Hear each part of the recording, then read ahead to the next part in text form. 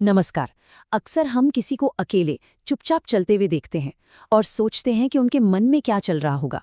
आज हम इसी शांत रास्ते यानी द साइलेंट पाथ के पीछे जो मनोविज्ञान काम करता है उसे जरा समझने की कोशिश करेंगे।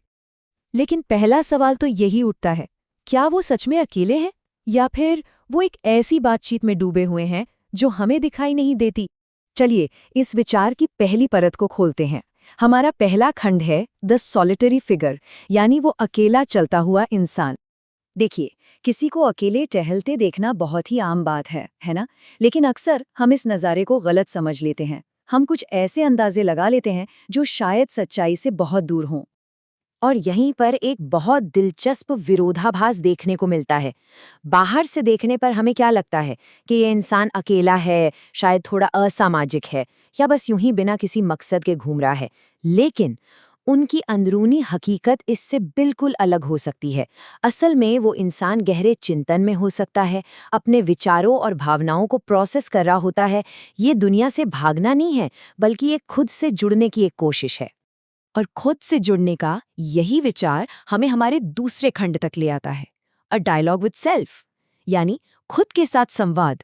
मनोविज्ञान में एक बहुत ही रोचक अवधारणा है जिसे डिफ़ॉल्ट मोड नेटवर्क या डीएमएन कहते हैं। इसे आसान भाषा में ऐसे समझें कि ये हमारे दिमाग का स्टोरी टेलिंग हिस्सा है। जब हमारा दिमाग किसी खास काम पर फोकस नहीं कर रहा होता, जैसे कि अकेले चलते वक्त, तब ये नेटवर्क एक्टिव हो जाता है। और ये डीएमएन करता क्या है? ये हमारे अतीत, वर्तमान और भविष्य के बिखरे हुए विचारों को एक साथ जोड़कर एक मतलब की कहानी बनाता है। तो जब कोई अकेले चलता है तो उसके मन में असल में क्या होता है? ये एक पूरी प्रक्रिया है जिसके 4 चरण हैं। पहला है अनबर्डनिंग, यानी मन में जो भी विचारों की उथल-पुथल है उसे बाहर निकालना। फिर आती है सॉर्टिंग, जहाँ दिमाग उन विचारों और भावनाओं को छांटना शुरू करता है। इसके बाद होता है कनेक्शन, जहाँ अलग-अलग विचारों के बीच नए रिश्ते बनते हैं और अचानक से कोई हल सूझता है। और आखिरी में आती है क्लैरिटी, यानी एक ऐसी मानसिक अवस्था जहाँ सब कुछ साफ और सुलझा हुआ महसूस होता है। चलिए अब इसके भावनात्मक पहलू पर भी नजर डालते हैं। हमारा तीसरा खंड है द इमोशनल कंपस, यानी हमारी भावनाओं का दिशा सूचक। एक बहुत ही खूबसूरत बात इस पूरे अनुभव को बयां करती है। अकेले चला गया रास्ता खालीपन का नहीं, बल्कि एक ऐसी जगह है जहां मन को बोलने का मौका मिलता है और दिल को सुनने का समय। और कई रिसर्च भी इसके फायदों को मानती हैं। इस तरह अकेले चलने से तनाव में काफ़ी कमी आती है, अपने बारे में जागरूकता बढ़ती है और भावनाओं को बेहतर तरीके से काबू करने में मदद मिलती है। इतना ही नहीं, इससे मुश्किल समस्याओं के रचनात्मक हल भी निकलते हैं और अपनी पहचान की समझ और गहरी होती है।